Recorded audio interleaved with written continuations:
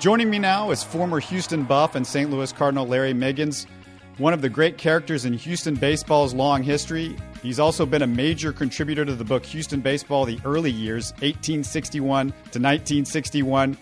Great to have you with us, Larry, and you're now a longtime Houstonian, but you grew up in the Bronx, New York, and you were the valedictorian at Fordham Prep. One of your high school classmates at Fordham Prep was VIN Scully. You and him both had big dreams at that time. Tell us that story. Well, we had an assembly when I was a senior at Fordham Prep. All the school got together in the assembly hall, and he was sitting right behind me. So anyway, he put his arms on my shoulder, and he said, "Larry, someday you're going to be in the big leagues.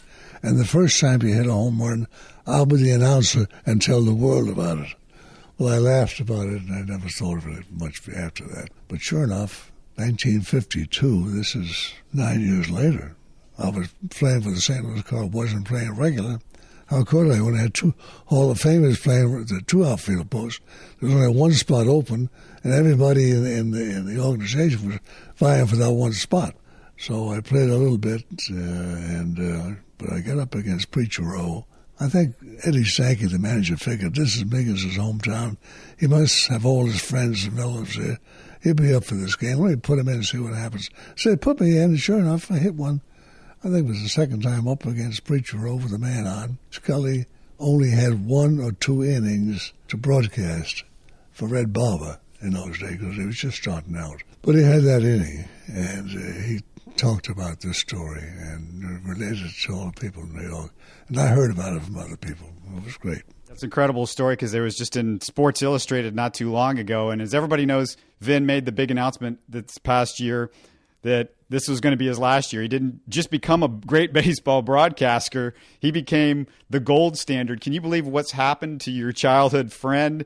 And can you believe he's still the Dodgers' voice 66 years later? Unbelievable. It's unbelievable. And he probably could go on further if he wanted to. Because he still looks young and he's got a good voice. But after 66 years, that's probably enough. Well, while you were playing in the minor leagues, you played also against Jackie Robinson in his first game with the Dodgers organization when he started with Montreal. What happened that day, April 23rd, 1946? Tell that story. Well, we were going over the hitters in the clubhouse before the game, and you take the scorecard and you go down the whole lineup, and it came to Robinson, and nobody knew Robinson. They heard about him in the papers, but they never saw him play because he played with Kansas City Monarchs, I think, the year before. So the manager said, "I watched batting practice, and he's a strong pull hitter. Miggins," I was playing third base. He said, "Miggins, play him deep at third base," which I did. So the first time up, he had a ground ball in shortstop, we threw him out. It's the last time we got him out. Next time up, he hit a home run over the left field stands. So he was a strong pull hitter, and I'm playing him back. Third time up, he dropped one down, and he could bunt. And I could throw. And I ran in, grabbed the ball, threw to first base, and just like that, he was safe because he could run, too. Fourth time up, he hit a single to right field, so that gives him 3 for 4. And the fifth time up, I'm still playing deep. I don't know why I did, but I did. I never thought he'd bunt again, but he did, and he beat it out.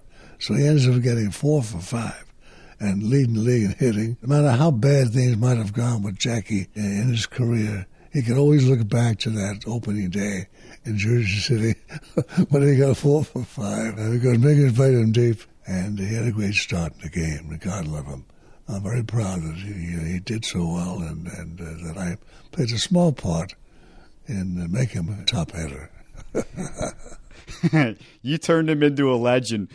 Well, in 47, the Cardinals grab you in the Rule 5 draft from the Giants organization. You were a big enough deal that the famed New York restaurateur Toots Shor threatened to punch the Giants owner. This is from what I read, Horace Stoneham, and the Giants manager, Mel Ott, in the nose because of all that. Is that a true story?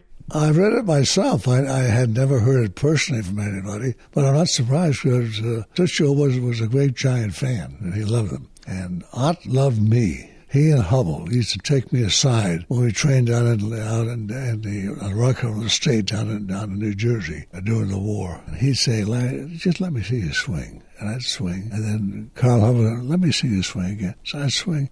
Apparently I had a good swing. They loved it. They loved to see me swing the bat. The unfortunate thing about my career in baseball was I played 8.5, almost 9 years. But nobody, including Mel Ott or Stan Musial or anybody else who were great hitters. Not one of them ever took me aside and said, Larry, you're trying to pull everything. Wait on that outside ball. Go the other way with it, and you'll hit a whole lot better, and you'll improve your hitting probably 50, 60 points. But nobody, I learned that later. When I was playing at Houston in 1951, I had 28 home runs, the second league, home runs and RBIs. That's one of the things I wanted to ask you about, because you had, not just in 51, but you had 3 different stints in Houston with the Buffs, which is most people know, that was the Cardinals AA affiliate. And then in 48, as you mentioned, you set the Buffs record with 21 home runs. What are your memories about playing for the Buffs in Houston at that time? A lot of people forget that this was the home of the AA affiliate for the Cardinals before the Colt 45s and the Astros. Actually, it was 1949 was my first year. In 48, I played Omaha, and I was leading the league in home runs with 27 and RBIs with 90-some, with about 30 games to go, and I would have led the league in everything. Hit 303, but then I was on second base, had hitting a double, and the guy had a single to left field. I came around third and was standing up going home, and the batter who was coming up next year told me to hit the dirt, and he didn't, and I came up standing up, touched home plate, and the catcher hit me right in the side of my knee and almost broke my leg. So I was finished for the year. I went up to St. Louis, but I only got to bat one time because I couldn't run. What was Houston like at that time to play for the Buffs and to play around here? We drew well, and this was a great baseball town. It really was. And I loved it. I went to Columbus, Ohio in 1915 and had a year they should have put me in the big leagues. But there was no room with the Hall of Famers up there, so I came back to AA. Imagine that. From AAA, I hit 280, led the league in home runs and RBIs. We won the Little World Series against Baltimore, and I ended up getting demoted from AAA to AA. Yeah, I want to just mention a couple. You mentioned how good the talent was in the Cardinals organization. You had the 2 stints with the Cardinals. That first stint, you just got 1 at-bat in 1948. What do you remember about that experience? Because on that team, if I have this right, there's Stan Musial, Enos Slaughter, Red Shandies, Marty Marion, Joe Ducky Medwick, and Joe Garagiola. What was it like to walk into that clubhouse with all those guys? Oh, Lord, they were great. In fact, Marty Marion picked me up every day at my home where I was staying with a cousin of mine. He picked me up and took me to the ballpark and took me back every day. They were great guys, very warm guys. And I was in the family, even though I didn't play that much because of my knee. What do you remember about Musial, playing with Musial? Well, Musial, you could look at Musial during the ball game and know he was playing baseball because he had an intensity about him that you could actually see in his face. You know, before the game, he'd be relaxing, playing music, making little drums or something in the clubhouse. But once the game started, he became somebody different. He was in the ball game 100% and a different person altogether. You could see it in his eyes when he came in from the field into the dugout. He just had a certain total concentration on baseball and what he was doing. And I never was that way, but he was. And that's why he was great. He was in the game 100%. In your second shot in the majors in 52, you get 96 at-bats. You hit 229. But you did have some success against one guy named Warren Spahn. Tell us what happened when you faced Warren Spahn. Warren Spahn was pitching for the Boston Braves. For some reason, I hit him pretty good. I hit a double off the top of the fence in Boston one night. I got a double. I should have a little another foot would have been a home run. And then I hit a home run off another time. So I had 2 home runs that year, one off him, one off Preacher Rowe. But I wasn't playing that much. Anyway, that's just the way the big league was. But I got up there and I stayed for 1 year, which I think was great. It really was. So after you retire, you decided to come back to make Houston your home. And in 58, you were a part of a citizens committee urging the passage of a bond issue to build the Astrodome. If I have that right, tell me if I've got that right, and how did that all come about? Oh, I'm sure if it involved the Astrodome, I was involved because all the ex-ball players who lived there, and many of them did, were all involved in that with Hofheinz. Hofheinz was a genius. I'll never forget he had a model of the Astrodome made. He was at the Shamrock Hotel, and he had a ball game, and he invited all the Hall of Famers that were available. Must have had 25 of them there, and paid their way in and put them up for a few days. And I got to meet them all, which was great. he was a great man. And if he was today, that Astrodome would be doing something. It wouldn't be just sitting there. There'd be live something in there somewhere, some kind of business or something, because he was a genius, no doubt about it.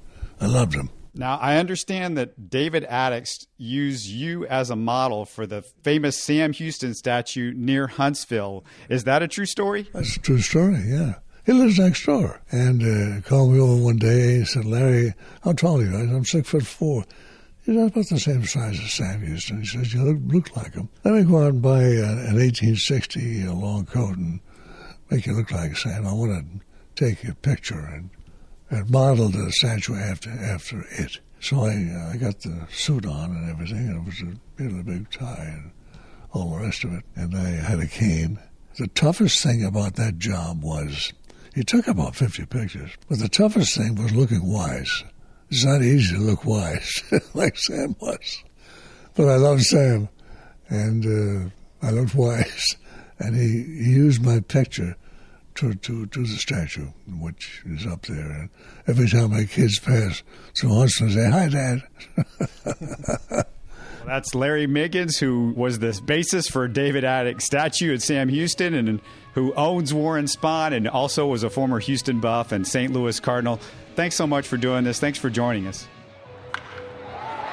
You're listening to Houston Sports Talk.